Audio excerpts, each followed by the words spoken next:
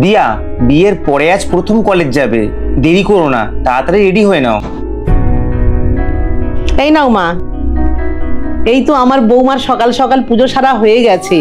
আমিও রান্না বসিয়ে দিয়েছি জানো তো, হয়ে গেলে গরম গরম ভাত দেবো। আর শোনো মা, ভিড় বাসে শাড়ি পরে যাওয়ার একদম দরকার নেই, তুমি বরং চুড়িদার পরে যেও। ঠিক আছে মা। বলি মার ছেলেতে মিলে কি তোদের দুটিতে মাথা একেবারে খারাপ হয়ে গেছে? বাড়ির বউ ধিঙ্গিপনা করে কলেজে যাবে লেখাপড়া করতে।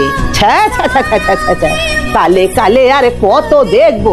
দিদা, কথাগুলো একটু বুঝে শুনে বলো, তোমাদের জেনারেশন আমাদের জেনারেশন কিন্তু আলাদা। চুপ কর ছোড়া, আমার মুখে মুখ লাগিয়ে কথা বলিস না।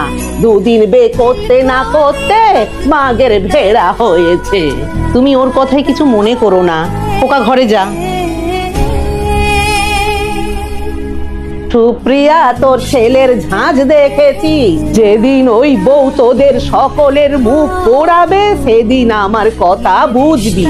বাড়ির বউ গুছিয়ে মন দিয়ে সংসার করবে তা না, কলেজে যাবে লেখাপড়া করতে। তুই তো আর কোনোদিন বাড়ির বাইরে পা রাখলি নে, তাই জানবি কি করে মা, রাস্তাঘাটে কত রকমের নোংরামো হয়। তুমি হয়তো ঠিক বলছো, আমি না আগে তোমার মতো করে ভেবে দেখিনি।